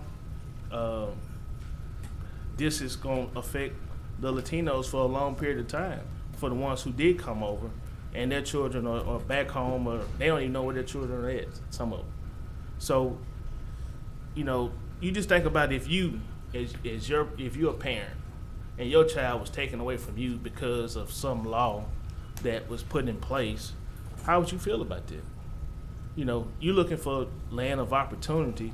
You're looking for maybe where you can go and better yourself and your family, and your child is taken away from you because one person feels that's what I want to do. How would you react to that? I ask each one of you that same question. How would you react to it? And so if you're good with that, then, vote the way that you want to vote. But if you're not good with that, then, we need to be saying something about it. We're elected officials, yeah, we're on the local level, but at the same time, we can always reach out to other governing bodies, whether it's the federal, the state, we can always reach out. We can even reach out over to the city council and tell them, hey, you ought to adopt this. We adopted it already in the parish. Let's need to adopt it inside the city limits.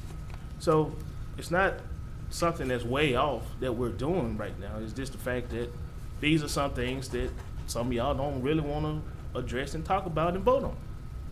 And, that's what you choose to do. That's what you choose to do.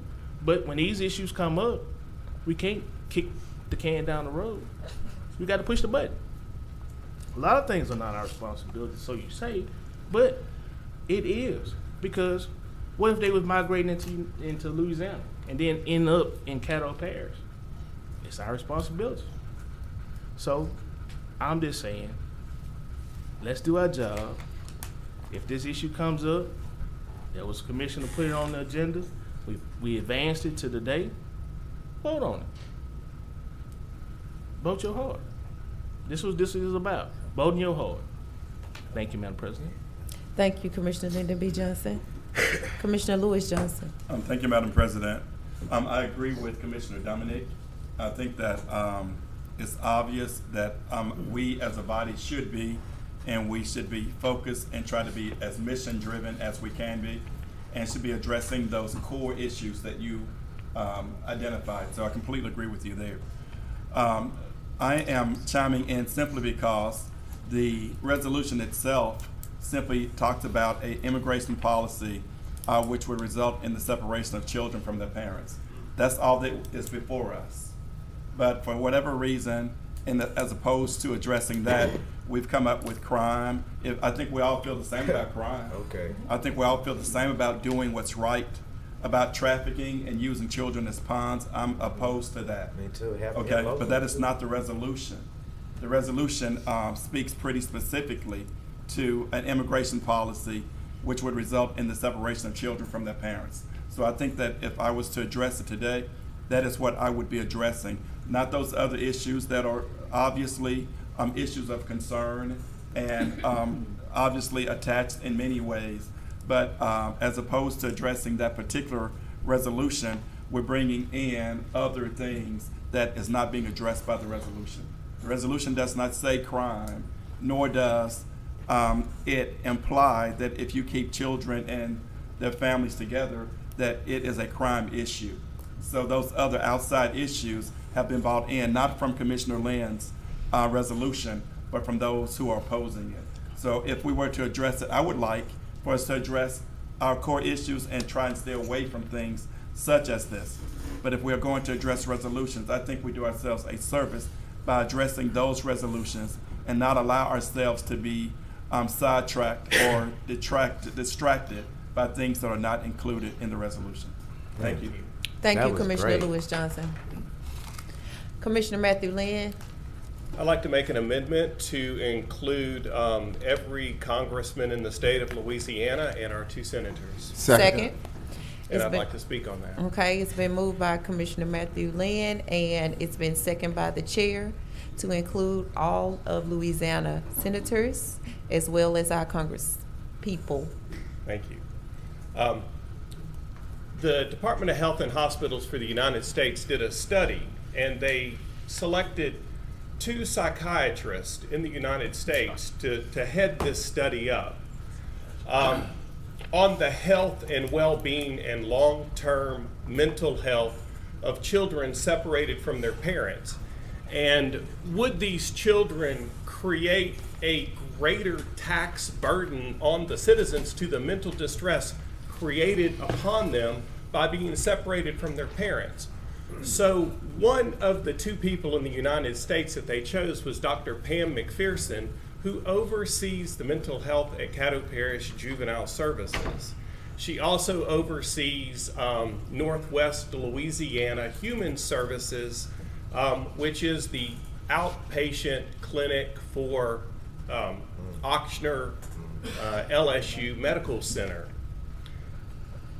With that, they have determined that the long-term cost of working with a child to help them be a worthwhile citizen after separating them from their parents is way more expensive and way more taxing and way greater of a burden and non-repairable than it is leaving them with their parents.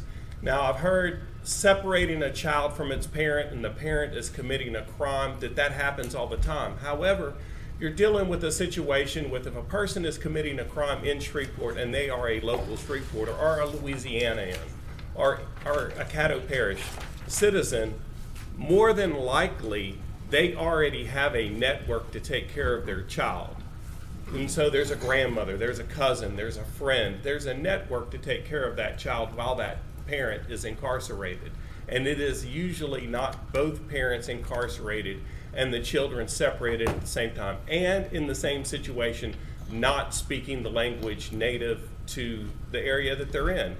And so the long-term detrimental effect on these children is a way greater burden on the United States than dealing with leaving them together and treating them as a family unit, which is how they came into the United States. And so I appreciate my fellow commissioners encouraging me to include the Congress people and the senators on this resolution. Thank you very much, Madam President. Thank you, sir. Commissioner Stephen Jackson. Yes, I just want to point out that, and I won't sound redundant, but you know, we do have a obligation to, as an elected official, to come down and petition other governmental bodies. Do we always like doing it? No, but I can tell you, I sit and I watch the House and Senate proceedings, especially in their committee meetings, daily while they're in session. And some of the first questions they have is there a resolution from the governing bodies? Is there a resolution from the Police Jury Association? Is there a resolution from the LMA? And so, you know, we do have an obligation, and we do have, we're in our right frame or scope to be able to petition our legislative bodies as well as the President of the United States. So I think this is, you know, obviously there's going to be some ideological differences here, and but let's not say that we don't have a right to address them. We do. I support this resolution for many of the reasons that Commissioner Lyndon Johnson spoke out about with regard to the horrors of separating families back through slavery era. And so I believe the Secretary of DHH, former Secretary of DHH under President Trump, says that was her biggest regret, was having to implement this type of policy. And that was on 60 Minutes, so it's not a secret, you know. And she was very forthright in saying it.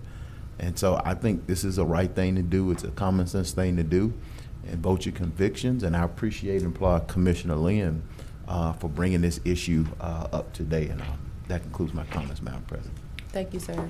Parliamentarian Bowman. Yes, Madam President, thank you. Commissioner Johnson, he did pretty much due diligence to what I wanted to say about being germane to what the resolution states. And Commissioner Lynn, thank you. This is very good and brave of you to do that and say and support.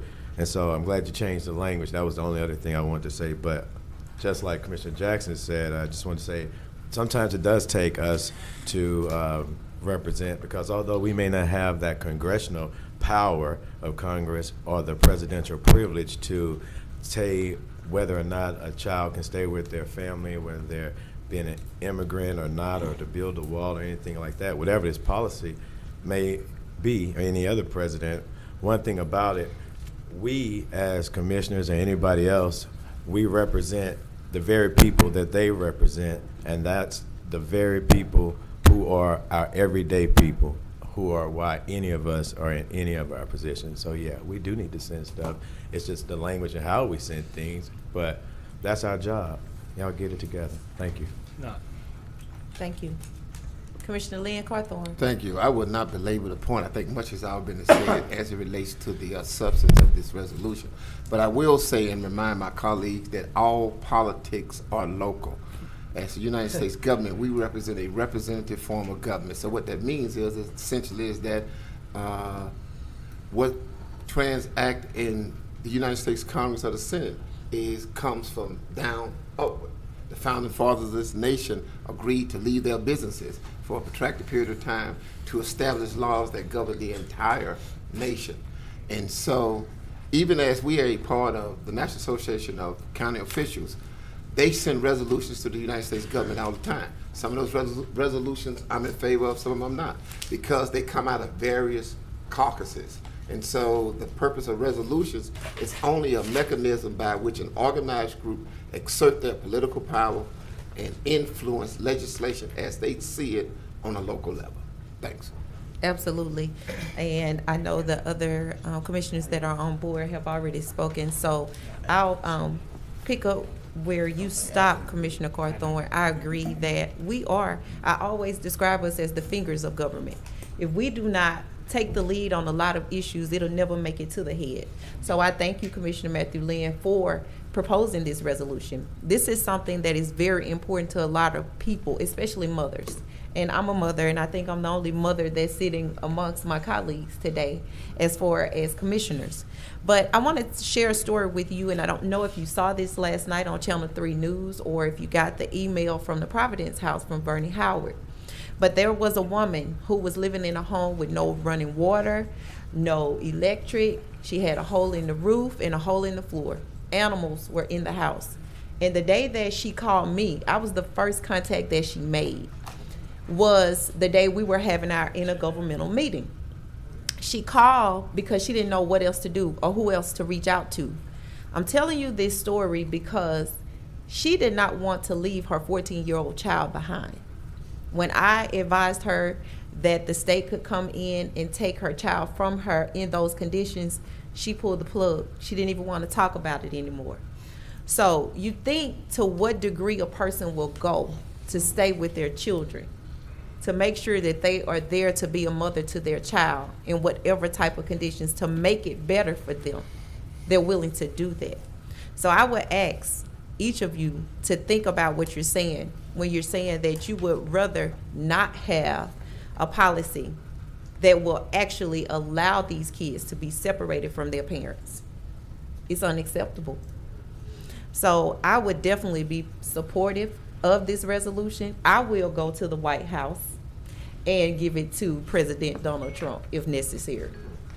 So I just ask you colleagues, vote your conviction and let's move forward because we've spent enough time on this issue.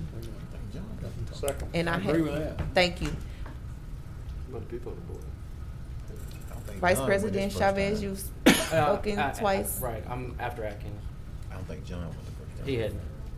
Mr. Commissioner Atkins. Thank you, Madam President. You seem I'm to trying have to get on some, the board. You weren't sure if you wanted to let me speak on this issue. Go ahead. Do it. As you all, Okay. I think as you all know, I've always been hesitant to speak on things I don't have a full understanding of, and this whole issue is a very broad and complex issue with many family dynamics and economic dynamics and personal relationship dynamics. Just the amount of time we spend around this horseshoe has illustrated how complex it is and how emotional it is. And for that very reason, I will not vote in support of this resolution, because as you all know, I don't like to get involved with issues that I don't understand and don't have a solid grasp of. And so for that reason, I'll be voting no. Thank you. Thank you. Vice President Chavez. Thank you, President. Linda B. Johnson. She deleted them, and I was next. What do you know? Is this, wait a minute. Oh, come on, y'all. Parliamentarian. Okay, thank you. So what actually took place was the fact that you were on there, but it went up, so by deference, Johnson will be after, and then you'll be able to come up, Commissioner Dominic, as a result, because when he repunched it, when the computer jammed, you weren't able to get up, so. Have you spoken twice? No, I have not. Okay. So I spoke once. Okay. You want to go? It's been a while. Okay, really quick, I just want to unpack all this because we've been talking about this for a while. In regards to the crime, and I know Commissioner Johnson questioned, why are we even talking about crime? We're talking about separating families. The very essence of crossing the border legally is the catalyst and the crime, thus the separation of the parents and the children. So, I mean, I hate to boil it down to that oversimplification, but that's exactly what it is. We're talking about separating parents from their children, and when the illegal aliens cross the border, they commit a crime, they break into the United States, and then the children are stripped from their parents because they're in detention. Therein lies the crime part. It's funny, we talked about all government is local, but we're actually trying to sit around this horseshoe and legislate on a different country, on Mexico. We're sitting here trying to legislate Congress and government issues that reside in Argentina, Mexico, South America, the continent of South America, of people from down there coming into here. In just two agenda issues prior, we're sitting here voting on minimum wage, which if we vote on minimum wage and we legislate that businesses have to pay a set amount per hour, and we have an influx of Mexicans and South Americans and Argentinians that come into our country illegally and get $8 an hour jobs cashed under the table, well, what's going to happen to all the people that we thought we tried to help by legislating $10 an hour? They're not even going to have a job. So, I mean, we should look at all these things. And last, I think if we really want to save some money and we really want to keep the citizens together, the citizens of a different country with their children, and I'm already spoken, so I can't make this motion, but I'd love to see a motion that somebody makes that says, we urge Donald Trump to purchase a plane ticket for that parent and that children and hand them a U.S. citizen application and put them on the airplane back to Mexico or back to Argentina or wherever they came from, so they go back to their country and they do it the right way, and they're not separated, and it's a lot cheaper for us to pay a $1,000 plane ticket to American Airlines for them to go back home and do it the right way than for us to pay a psychologist or two of the best, whomever you named, and have these studies done in America of why it's bad to take a children from his parents. We don't need to pay for that. We know that. So how about let's keep them together, let's send them home, and give them the application to become a U.S. citizen the right way. That's it. So, I'm done, President. Okay, thank you, sir. Lyndon B. Johnson. Wow.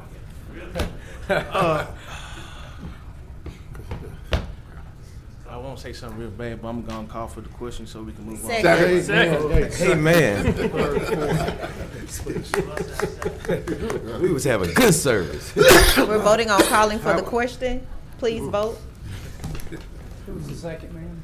The chair. Megan. It was hard. It was real hard. Was that? Because I had some stuff. I had some stuff for him. I was excited. So Megan. Okay, and that passes. Now we need to vote on the amendment to add the verbiage to send to the Louisiana Congressional Delegation. Okay. Stormy's gonna take it up there. Yes. I'll go with her. And that passes 8-4. And now we need to vote on Resolution 35 as amended in adoption.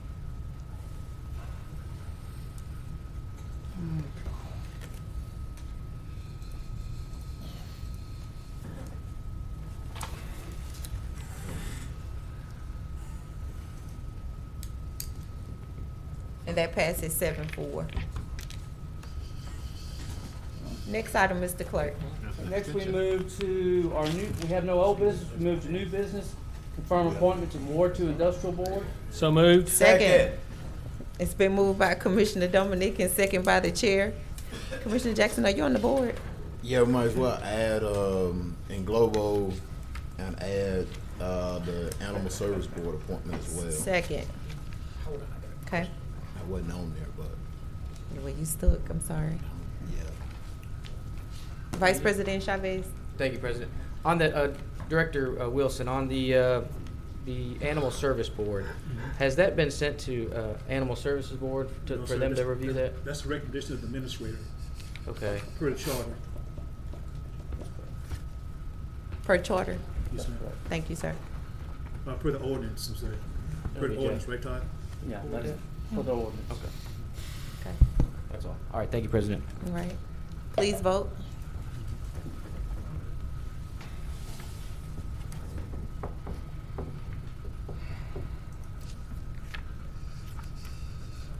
And that passes 10 with 2 out of the chamber. Congratulations to Mr. James LaCase. LaCasse. LaCasse. I thought he was here. He's here. He's back there. Okay. Wave your hand, James. Congratulations, sir. All right. Get to work. Next item, Mr. Clerk. Next, we move to communiques and committee reports. Okay.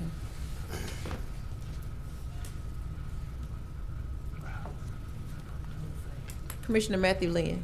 Mr. Hopkins, will you please send a copy stamped of Resolution 35 to our very own Caddo Parish citizen, Dr. Pam McPherson? Thank you. Yes, sir. That's all, Madam President. Thank you. Mario, let me thank you, Vice President Chavez, for stepping up for me last week when I had some very personal issues going on and being the guest speaker at Southern University Shreveport for Administrative Week. They absolutely loved you and thanked me so much for getting you to come in my place. So I really just wanted to publicly thank you for being able to step up for me. Thank you, President. And talk about some immigration policy. Not that week. Yeah, next time that's what you're gonna do. I think each of you have received a request in your inboxes from Ms. Sakari Henderson. If you would, please respond to those inbox messages and accordingly. If you haven't gotten them, please see me or Commissioner Middleton about it. Also, I can leave that off. It can wait. That's it. Commissioner Lynn Carthorne. Yes, thank you, Madam President. I want to publicly congratulate the girls track team at Booker T. Washington High School on last weekend for winning the state championship. And, well, they actually were second runner-ups.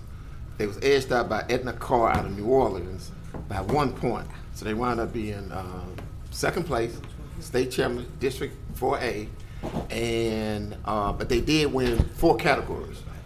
And so there's going to be some, invite them down for a resolution proclamation. And secondly, we want to congratulate Booker T. Washington has a new permanent principal, Miss Crystal Barnes. Thank you, Madam President. Thank you. The whole board is clear. You on the board, you're back on the board. Okay. Commissioner Lyndon B. Johnson.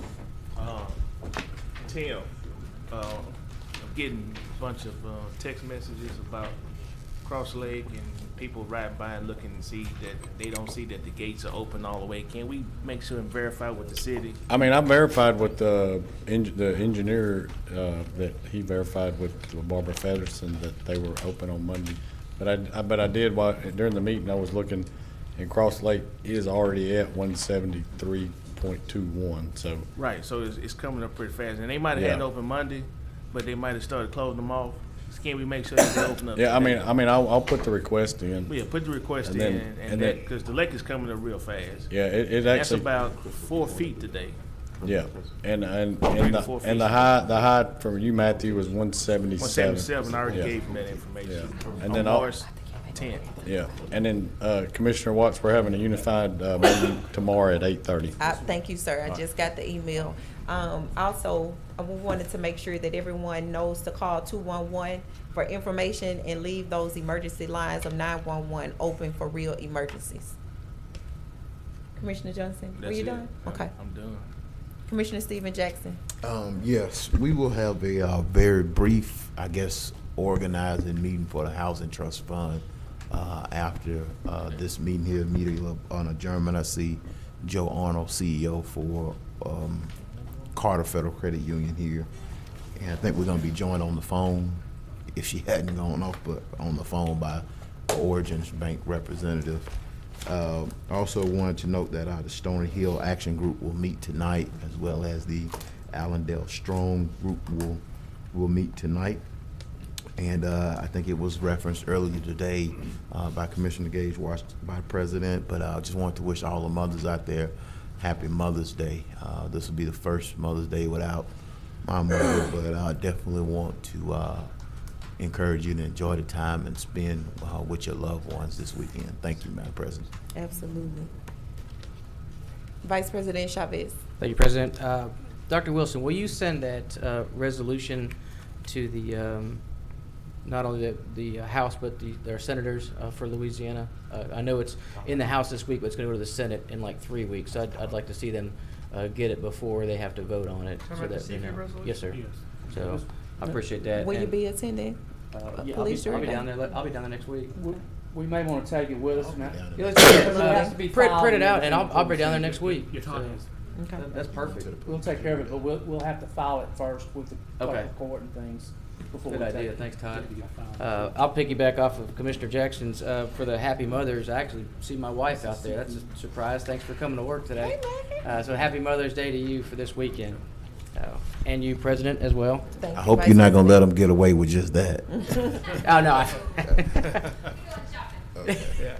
Okay. That's all. Thanks, President. The last announcement, we just got an update about the inaugural event of Shreveport Stuffed Shrimp Festival that was supposedly to take place on Saturday, May 11th, is now being held on Sunday, May 12th. So please adjust your schedules accordingly. It will be held on Sunday, May 12th, same time, 11 a.m. to 11 p.m. Go by and get you one of these great t-shirts for the Stuffed Shrimp Festival, but it'll be on Monday. I'm sorry, on Sunday and not Saturday. Same time, same place, fairgrounds. Commissioner Stephen Jackson. One last, and Paint Your Heart Out has been postponed to June 1st. So just wanted to make sure I referenced that. Paint Your Heart Out, that was a note that came out. They'll be postponed to the first Saturday in June, which is June 1st. So thank you. information, okay? I see no other. Motion to adjourn. Okay, meeting adjourned.